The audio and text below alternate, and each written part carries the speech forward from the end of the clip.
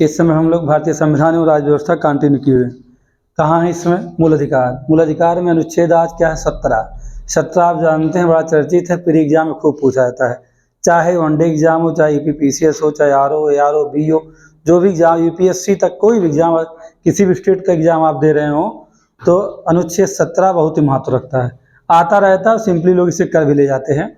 इसीलिए बस थोड़ी सी बात इसके बारे में आपसे करूंगा, अधिक बातें मुझे नहीं करनी है। 2 आर्टिकल हैं, कौन से? एक 17, एक 18, है ना। अनुच्छेद 17 को देखा जाए, उसमें कहा जाता है क्या है? एबुलेशन ऑफ अनटचेबिलिटी, यानी अस्पृश्यता का अंत कर दिया जाए या छुआछूत का अंत कर दिया जाए, है ना। ये बातें की जाती है। अब एक बात ये भी है कि अगर ये देखा जाए, ये है क्या? ये समानता का एक विशिष्ट उदाहरण है। यानी कि समानता, क्योंकि अनुच्छेद 14 कहता है कि सबको समान कर दीजिए, और सभी को समान करने के लिए कहता है हम समानता स्थापित करेंगे, विधि के समक्ष विधिक समान संरक्षण। 2 पदावली की बात वहाँ करता है। तो जब ये करता है कि हम सबको समान कर देंगे, तो फिर 17 उसी के सपोर्ट में है ना। जैसे 15 सपोर्ट में है, वैसे 17 भी सपोर्ट में है। ठीक है, 15 में अपवादिक कुछ दशाएं हैं जहाँ पर क्या होता है आरक्षण, या 16 में आएंगे, अनुच्छेद 16 को देखेंगे आप, कुछ ऐसे लोगों को वहाँ छूट दी जाती है, वो अलग की बातें हैं। लेकिन जो है, अगर ये कहूँ मैं कि अनुच्छेद 14 का विशिष्ट स्वरूप कहीं अगर है तो 17 में ही है। क्योंकि अनुच्छेद 14 जिस बात को कर रहा है, या समाज में जिस विषमता असमानता को दूर करना चाह रहा था, वो कैसी असमानता विषमता थी? अनुच्छेद 17 में ही थी। मूल कह सकते हैं कि जहाँ कभी गांधी जी ने हरिजनोत्थान के लिए संघर्ष किया और डॉक्टर भीमराव अंबेडकर ने किया, दोनों की बात जब आप करेंगे, दोनों लोगों ने हरिजन का उद्धार करने के लिए तमाम संगठन भी बनाए थे। और डॉक्टर भीमराव अंबेडकर चूँकि प्रारूप समिति के क्या थे? अध्यक्ष थे। तो उन्होंने जो उनको करना था उन्होंने किया।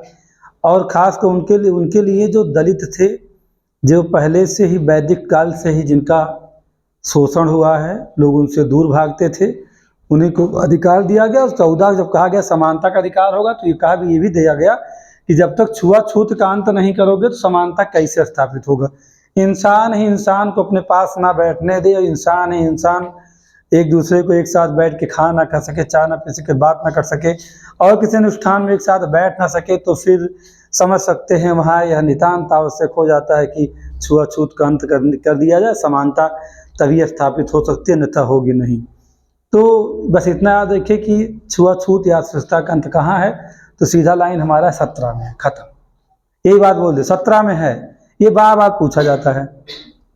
अगर ये कहा जाता है कि भाई देखो, 17 सीधी बात करता है कि ये रोकता है, कहता है कि पूर्णता ये क्या है? प्रतिबंधित है।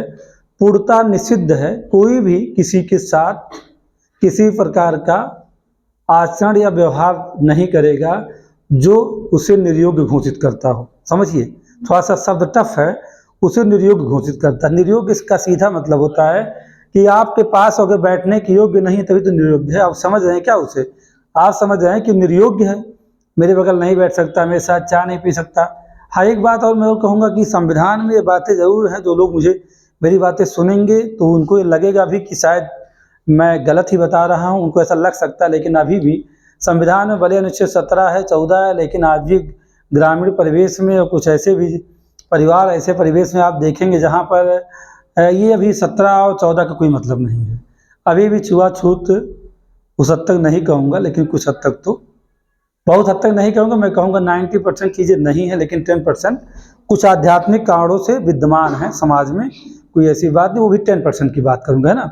90% चीज़ें एबॉलिश कर गई, वो नहीं है। तो ये भी कहा जाता है कि जो अधिकार है और अस्पृश्यता का अधिकार है ना, ये वास्तव में दंडात्मक स्वरूप का है। अगर यदि आप किसी के साथ भेदभाव करते हैं, यानी आचरण व्यवहार में समानता नहीं स्थापित करते हैं, कोई ऐसा भेदभाव करें, छुआछूत कर रहे हैं, तो जाहिर सी बात है, ये समझिएगा कि आपके खिलाफ दंडनीय कार्यवाही की जा सकती है। क्योंकि यह इसका प्रकृति कैसा है? इसकी प्रकृति है दंडात्मक। कैसी प्रकृति है? दंडात्मक। की पहली बात जानिएगा आप, यह दंडात्मक है। और इसके लिए जानते हैं विधायिका ने कानून बना रखा है, समझ सोचिएगा कि नहीं है। जैसे अस्पृश्यता अधिनियम 1955, बाद में उसी को जो है संशोधित कर दिया गया है, और है ना सिविल संरक्षण अधिनियम 1955 कर दिया गया है। वो किसके लिए? इन्हीं के लिए जो इसमें आते हैं, यानी जो क्या कहते हैं, खास करके दलितों के साथ ही ये हुआ है। अभी भी कुछ चीज़ें देखी जाती हैं समाज में, ऐसी बात नहीं दिखे। ये भी बात है कि ये अच्छा ये भी है कि संसद यदि चाहे तो इनके लिए विधि बना सकती है। दंडात्मक विधि बनाने के लिए संसद को शक्ति कहाँ दी गई? संसद को आर्टिकल 35 में, अनुच्छेद 35 में, है ना, एंड आर्टिकल 35 में ये पावर संसद के पास है कि वह अस्पृश्यता का अंत करने के संबंध में कोई अगर विधि बनाना चाहती है तो बना सकती है, उसने बनाया भी है। जैसे मैंने आपसे भी कहा कि अस्पृश्यता अधिनियम, अपराध अधिनियम 1955 उसने बनाया, जिसको बाद में संशोधित भी किया गया, ऐसी कोई बात नहीं है। सिविल संरक्षण अधिनियम 1955 कर दिया गया, उसके बहुत सारे प्रावधान उसमें किए गए हैं, है ना, बहुत सारे प्रावधान हैं। जैसे कि देखा जाए कि अगर आप पहले तो ये था कि शिकायत करते ही तुरंत क्या होता था, FIR दर्ज हो जाता था। अब शिकायत आप करोगे, जांच होगी तो FIR दर्ज होगी। थोड़ा सा केस के थ्रू जो सुप्रीम कोर्ट ने कई मामलों में राहत लोगों को दिया, क्योंकि जो सिविल संरक्षण अधिनियम 1955 है, SC/ST एक्ट, वो जानते उसमें क्या है कि उसके थ्रू शोषण होता था, किसका? अन्य लोगों का। इसीलिए थोड़ा सा उसमें फिलहाल बहुत गहराई में नहीं जाना है, क्योंकि हम बात बहुत, मैंने कहा 17 में कोई बहुत अधिक सवाल नहीं, इसकी प्रकृति को जानिए और ये भी समझिए कि अनुच्छेद 17 किसके विरुद्ध है। तो ये तो पहली बात तो दंडात्मक है। दूसरा, अगर ये कहा जाए किसके विरुद्ध यह अधिकार आपको प्राप्त है, तो आप समझिएगा यह राज्य के विरुद्ध भी प्राप्त है अधिकार ये, और व्यक्ति के विरुद्ध प्राप्त है, क्योंकि एक निजी व्यक्ति भी आपके साथ छुआछूत कर सकता है। आप पढ़े होंगे अनुच्छेद 14 जिसमें समानता की बात की गई, और ये भी जब आप आर्टिकल 15(2) को पढ़ते हैं तो आप समझ सकते हैं सारी बातों को। 15(2) का सप्लीमेंट है कौन? आर्टिकल 17, यानी 15(2) से सीधा संबंध रखता है कौन? अनुच्छेद 17, है ना, ये बात समझिएगा। अब इसके बाद एक आर्टिकल है, मैंने कहा प्राइवेट व्यक्तियों के विरुद्ध प्राप्त है, दंडात्मक प्रावधान लेके भी बैठा हुआ है। तो ये इससे ज़्यादा कोई बहुत ज़्यादा जानने की जरूरत नहीं, ना कि आपके मेंस में आने वाला कि आप इसे लिखे, तो पीढ़ी की बातें हैं। फिर हम करते हैं बात, मैंने एक आर्टिकल लिख रखा है यहाँ, कौन सा? उपाधियों का अंत, है ना। उपाधियों के अंत अगर बात किया जाए तो आर्टिकल 18, इसमें कुछ खास नहीं है। एबोलिशन ऑफ टाइटल्स की बात की जा रही है कि किसी को भी अब कोई ऐसी उपाधि नहीं दी जाएगी, क्योंकि पहले देखा जाता था क्या?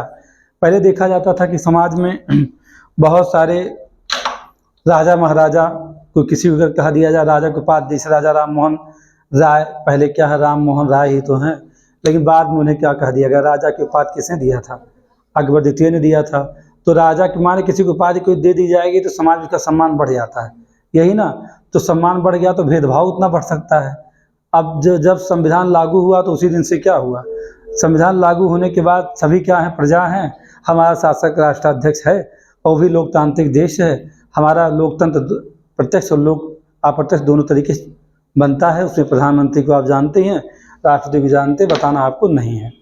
अब बात तो यह है कि जो अनुच्छेद 18 है, कहता है कि राज्य को उपाधियां प्रदान करने, नागरिकों और अनागरिकों को उपाधियां ग्रहण करने से प्रतिषिद्ध किया जाता है।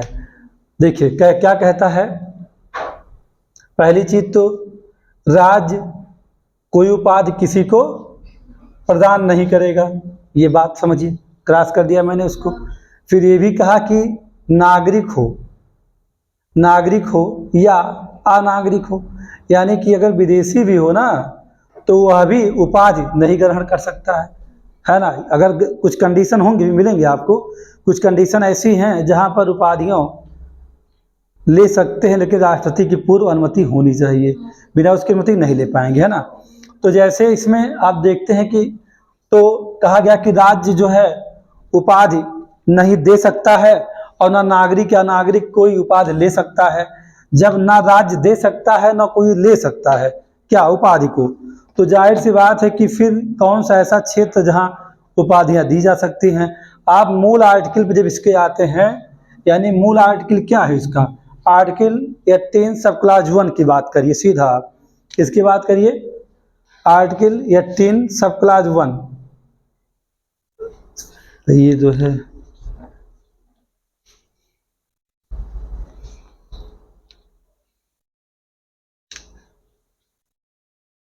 सब क्लास 1 की बात करिए, जो 18 का सब क्लास 1 वो कहता है कि राज्य किसको दे सकता है उपाधि, राज्य दे सकता है किसे, कहता है उपाधि प्रदान नहीं करे, लेकिन एक कहा उपाधि प्रदान नहीं कर सकता, लेकिन कहाँ प्रदान कर सकता है।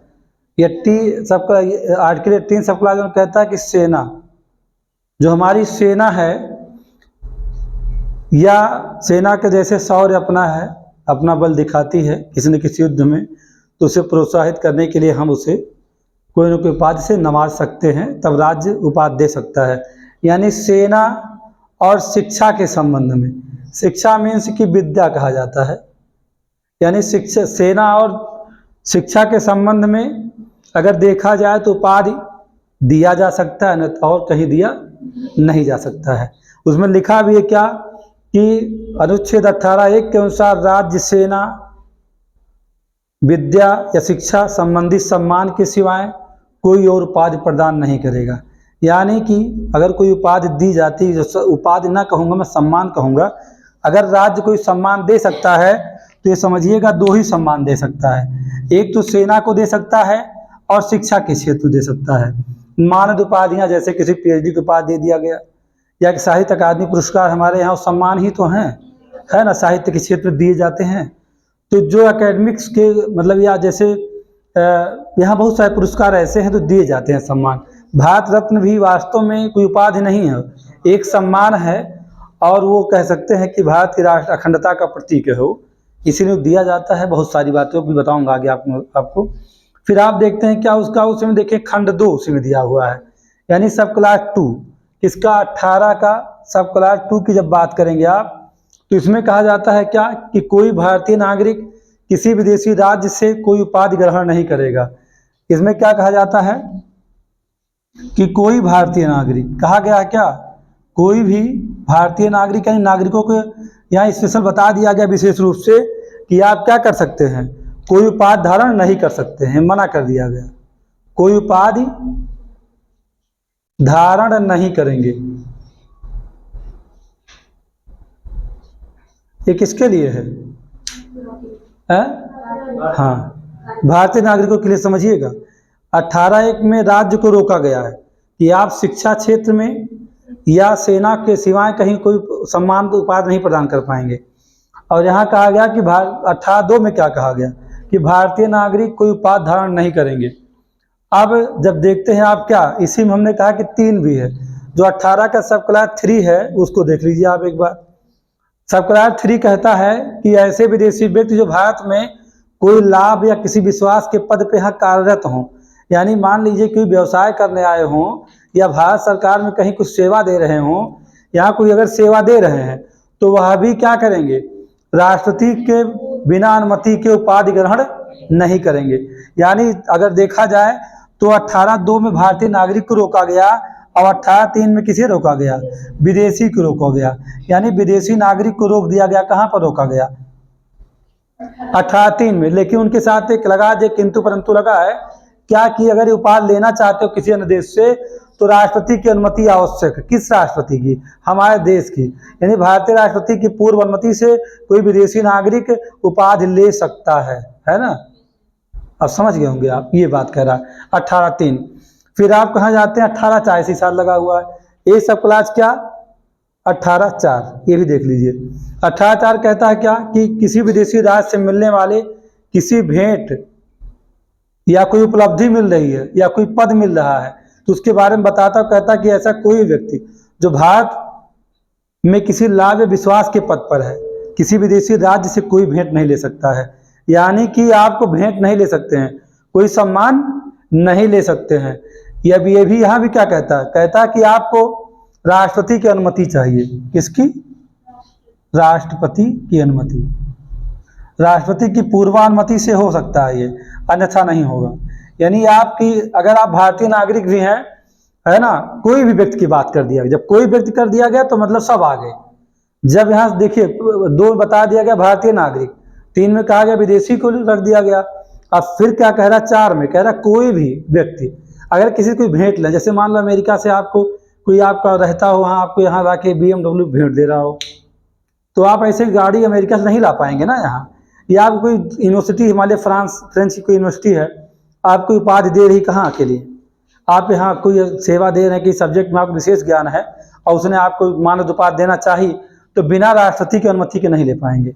जैसे हमारे देश प्रधानमंत्री मोदी जी को कई देशों ने सम्मान दिया है, तो सम्मान मिलने से राष्ट्रपति का हमारे क्या है, उसमें अनुमति है, बिना उनके नहीं मिलेगा। जैसे हमारे यहाँ अमरीश सेन जी हैं, उनको लंदन ने कई बार अवार्ड दे रखा, शाहरुख खान को दिया दुबई ने। तो ये जो सम्मान मिलता है, भेंट है, बिना राष्ट्रपति की अनुमति के आप स्वीकार नहीं कर सकते हो। समझ गए बात? यही कहाँ है, ये हमारे आर्टिकल 18 सब क्लास 4 में है। ये सीधे कह देता है कि देखिए भैया, ये कोई भी आप किसी विदेशी राज्य से कोई भेंट नहीं ले सकते हैं। भेंट हो, उपलब्धि है, पद है, अगर कुछ चाह रहे हैं, उम्मीद रखें तो आप अनुच्छेद 18 बढ़ चुके हैं, आपको अनुमति लेनी हो किससे? इस राष्ट्र के राष्ट्रपति से। अनुमति देंगे तो होगा, नहीं तो नहीं। दूसरी बात ये भी है, एक बात और है कि इसकी प्रकृति कैसी है। कभी कभी सवाल उठता है कि आर्टिकल 18 का नेचर क्या है? तो इसका नेचर ऐसा नहीं कि दंडात्मक है। अगर आप लेंगे तो कोई दंड आपको नहीं मिलेगा। यह मात्र निर्देश है, सिर्फ निर्देशात्मक है, आदेशात्मक नहीं है। इसकी प्रकृति क्या है? निर्देशात्मक है। किसकी? हाँ, आर्टिकल 18 की। आप मान लीजिए ले लेते हैं, कोई गलती हो जाती है तो कोई सी बात नहीं है, क्षम्य है, कोई दंड आपको नहीं दिया जाएगा। मतलब कहने का सीधा मतलब यही है। दो जगह राष्ट्रपति की अनुमति होगी, जब कोई विदेशी नागरिक, भारतीय नागरिक रोक दिया गया है, विदेशी नागरिक राष्ट्रपति पूर्व अनुमति से किसी देश से ले पाएगा। और मान लीजिए कोई भारत कोई भेंट कहीं लेता है, बहुत लोग कहते हैं दान ले रहे हैं, कहाँ से? अमेरिका से।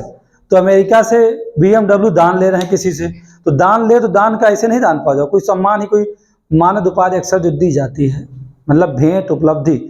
मान लीजिए किसी ने कहा आपको, भाई देखिए अमेरिका में फला कोई जॉब मिल रहा है, किसी पद पर रखा जाएगा, तो तब पर भी अनुमति किसकी चाहिए? राष्ट्रपति की। ये है 18। सब मिला के सीधी बात, इसका नेचर कैसा है? निर्देशात्मक है। यह मात्र एक आदेश, वो क्या कहते हैं, निर्देश है, आदेश नहीं है। यानी आदेशात्मक प्रकृति नहीं इसका उल्लंघन करने पर दंड नहीं होगा। हाँ, संसद चाहे, ध्यान रखिए, अगर संसद चाहे तो क्या कर सकती है? 18 के उल्लंघन पर दंडात्मक कोई कानून बना सकती है। ये संसद के पास आर्टिकल 35 में पावर है, कोई सी बात नहीं, कुछ हद बना सकती है। अब बात उठा, क्या जो भारत रत्न का आपको दिया जाता है सम्मान, क्या वह, या जैसे हमारे यहाँ जितने पद्म पुरस्कार हैं, है ना, भारत रत्न है, पद्मश्री है, पद्म भूषण है, पद्म विभूषण है ना, जो हमारे यहाँ 4 ऐसे पुरस्कार हैं। तो एक केस बालाजी राघवन बनाम भारत सन 1996, उसमें सुप्रीम कोर्ट ने कहा कि देखिए भाई, भारत रत्न हो चाहे पद्म विभूषण या पद्मश्री अलंकरण है, 18(1) में जो प्रयुक्त एक शब्द उपाधि, जहाँ 18(1) में क्या कहा गया है? 18(1) में उपाधि शब्द का प्रयोग किया गया। कहा जो 18 सब क्लास 1 में क्या क्या कहते हैं, उपाधि शब्द का प्रयोग किया गया, टाइटल जिसे आप कहते हैं अंग्रेजी में, जो प्रयोग किया गया है, उसके अंतर्गत ये नहीं आता है। न भारत रत्न आता है, न पद्मश्री आता है, न पद्म भूषण आता है, न पद्म विभूषण आता है, क्योंकि उपाधि नहीं, या तो मात्र एक सम्मान है, और अलंकृत व्यक्ति के नाम के आगे पीछे नहीं लिखा जाता है। अगर लिखा जाता तब होती समस्या। ये भी है, जो कोई अवार्ड ऐसा, मतलब पद्मश्री या पद्म विभूषण कोई पाता है, तो उसके आगे लिखा नहीं जाता है। लिखा जाता होता तब उसके लिए क्या हो जाता, उपाधि हो जाती। हम लोग प्रेम से इस बात को कह देते हैं कि हाँ पद्मश्री विजेता, लेकिन उनके नाम पे कहीं लिखा नहीं जाता, ऑफिशियली कहीं लिखा नहीं जाता है, इसलिए बालाजी राघवन में ये बात कह दी गई। तो ये बातें थी अनुच्छेद 17-18 की। अगर ये सारी बातें अच्छी लगी जरूर शेयर करिए, लोगों तक पहुंचाइए, और कुछ सुझाव देना चाहे बिल्कुल दे सकते हैं। धन्यवाद।